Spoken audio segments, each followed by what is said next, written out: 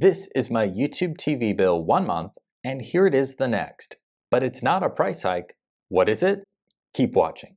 Michael here, and if you signed up for a streaming service, YouTube TV, or many others, you may have noticed a higher price on your bill than what's advertised on the website. In the case of the bill I just showed you, that $8.56 difference is a tax. I recently moved and my previous state did not tax streaming services, but my new state does. And as more people cut the cord, more states and cities are starting to tax your streaming services. Many are calling this the Netflix tax. This article from Pew explains it. The title, Cities and States Find New Ways to Tax Streaming Services.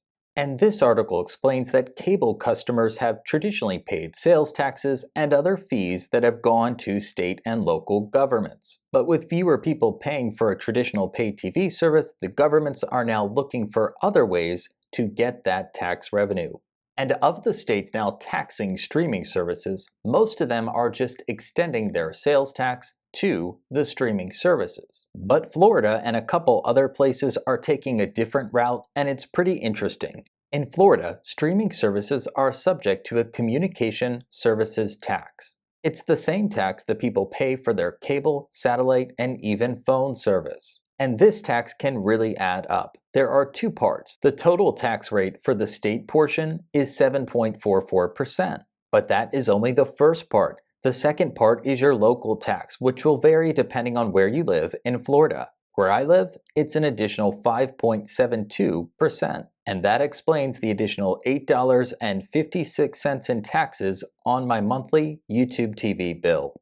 And taxes are based on the location where you set up your service. So if you move and then change your address with your streaming provider, that could trigger an increase in your bill, or maybe a decrease if you move to a place that does not charge taxes on streaming services.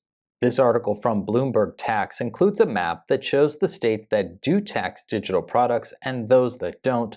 The ones in blue, digital products are exempt from tax, and the states in orange do tax digital products. And a couple articles I read did speculate that more states will be adding taxes to streaming services.